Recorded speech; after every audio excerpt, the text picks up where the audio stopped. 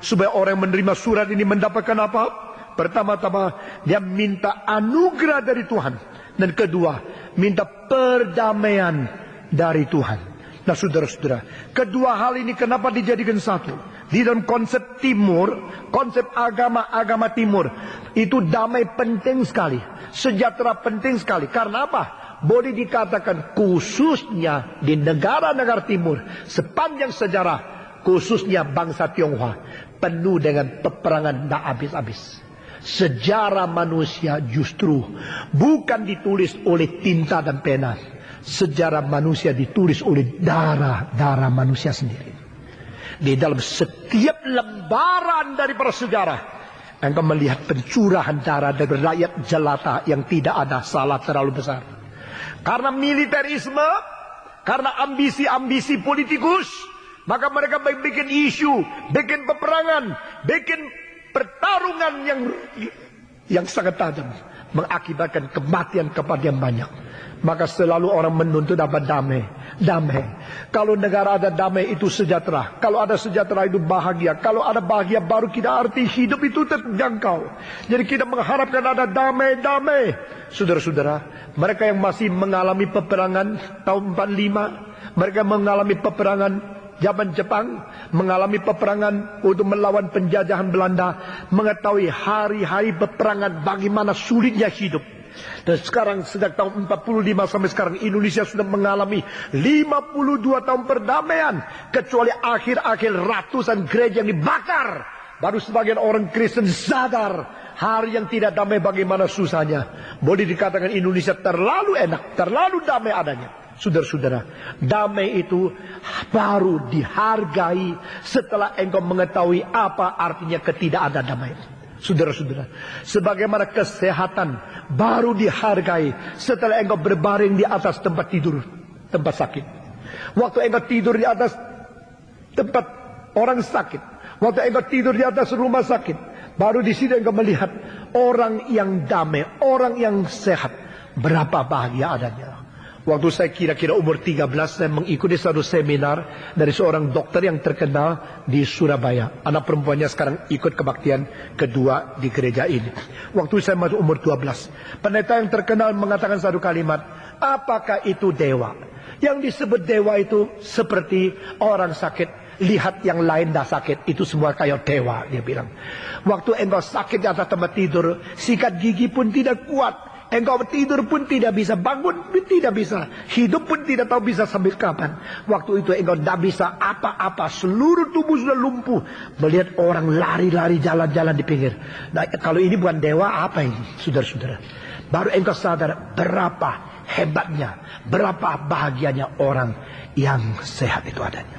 Nah saudara-saudara, demikian juga mari kita melihat waktu Paulus menulis damai sejahtera Tuhan berikan kepadamu, dia mengkisarkan kepada sesuatu ketenangan jiwa dari surga yang tidak ada di dalam dunia.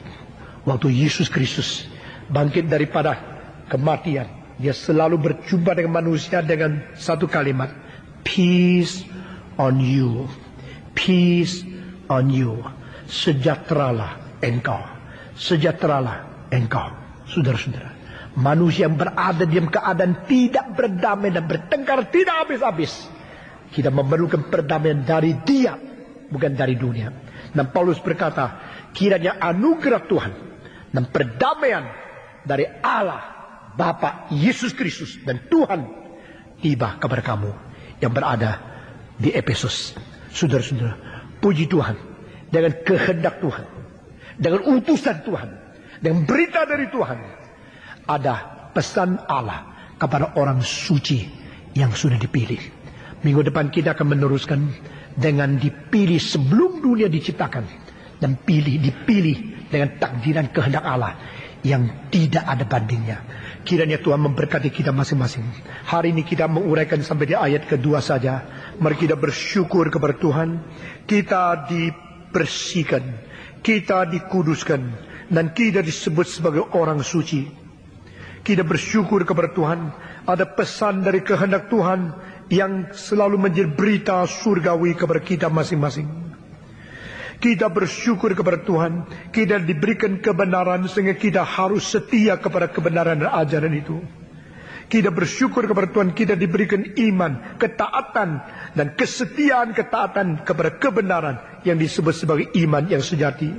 Kita berdoa kiranya Tuhan memelihara kita menjadi orang yang setia, menjadi orang yang sungguh-sungguh taat, menjadi orang yang selalu memelihara, memegang kebenaran yang sudah dikaruniakan kepada kita.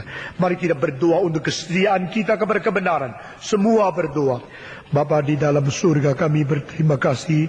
Di dalam dunia yang najis ini Tuhan membersihkan kami. Di dalam dunia yang penuh dengan penggodaan ini Tuhan memberikan kekuatan kepada kami. Di dalam pengajaran-pengajaran yang benar Tuhan memberikan dan menuntut ketaatan dari kami. Kami berdoa kiranya Tuhan memberikan kekuatan kepada kami untuk menjadi orang yang taat, menjadi orang yang suci dan setia kepada Tuhan. Pimpin kami dan dengar doa kami masing-masing.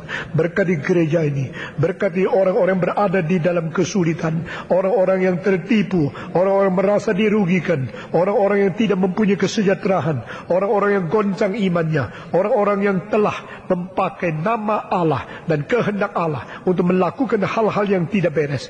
Tuhan, ampunilah dosa kami. Kalau perlu Tuhan cambuklah, dan Tuhan hajarlah mereka yang tidak taat kepada Tuhan, dan beri kekuatan kepada kami untuk bisa membedakan siapa yang sungguh-sungguh taat kepada Tuhan dan siapa bukan, sehingga kami terhindar dari segala sesuatu yang tidak perlu. Dengar doa kami Tuhan. Kami berterima kasih di kota Efesus ada orang yang setia kepada kebenaran, dan kami percaya di gereja ini juga ada orang yang setia kepada kebenaran. Kami percaya ada orang yang taat kepada firman. Demikian di gereja kami. Kami percaya Tuhan akan membangkitkan lebih banyak orang yang taat dan setia kepada firman. Ajarkan kami supaya kami lebih mengerti akan yang asli itu bagaimana. Betul-betul mengerti, betul-betul memahami yang asli dari kebenaran Tuhan bagaimana, sehingga kami boleh membedakan yang tidak asli, dan kami boleh menjadi seorang yang sungguh-sungguh setia membela kebenaran. Dengar doa kami Tuhan. Mari kita berdoa sekali lagi supaya kita lebih mengerti kehendak Tuhan, lebih mengerti rencana Tuhan, lebih mengerti kebenaran asli dari Tuhan, lebih mengerti apa tuntutan daripada takhta Tuhan. Mari kita berdoa supaya kita makin maju, makin mendalam, makin akurat, makin sempurna, makin tepat di dalam pengertian firman Tuhan yang asli. Semua berdoa. Mari kita berdoa bersama-sama. Bapa di dalam surga, kami berterima kasih Tuhan selalu mendidik, mengajar kami untuk mengerti yang sesungguhnya dan asli dari Tuhan. Kami berterima kasih ya Tuhan, kiranya Engkau sendiri bekerja di tengah kami. Engkau tidak meninggalkan kami, tidak membuang kami. Berkati kami, beri kepada kami iman yang memandang kepada keaslian dari firman, sehingga hati kami boleh tidak digoncangkan oleh ketidakaslian dari dunia. Pimpin kami yang masing-masing. Kami bersyukur, kami serahkan diri kami ke dalam tangan Tuhan. Hancurkan kuasa iblis, nyatakan kemuliaan Tuhan di tengah kami, dan berkati kami sehingga kami boleh menjadi orang Kristen yang sungguh-sungguh setia, karena kami mengenal dan kami sungguh mau taat kepada yang asli, yaitu yang diwahyukan oleh Tuhan. Dengar doa kami Tuhan. Kami serahkan semua ini dalam nama Yesus Kristus, penebus dan juru selamat kami yang hidup. Kami sudah berdoa.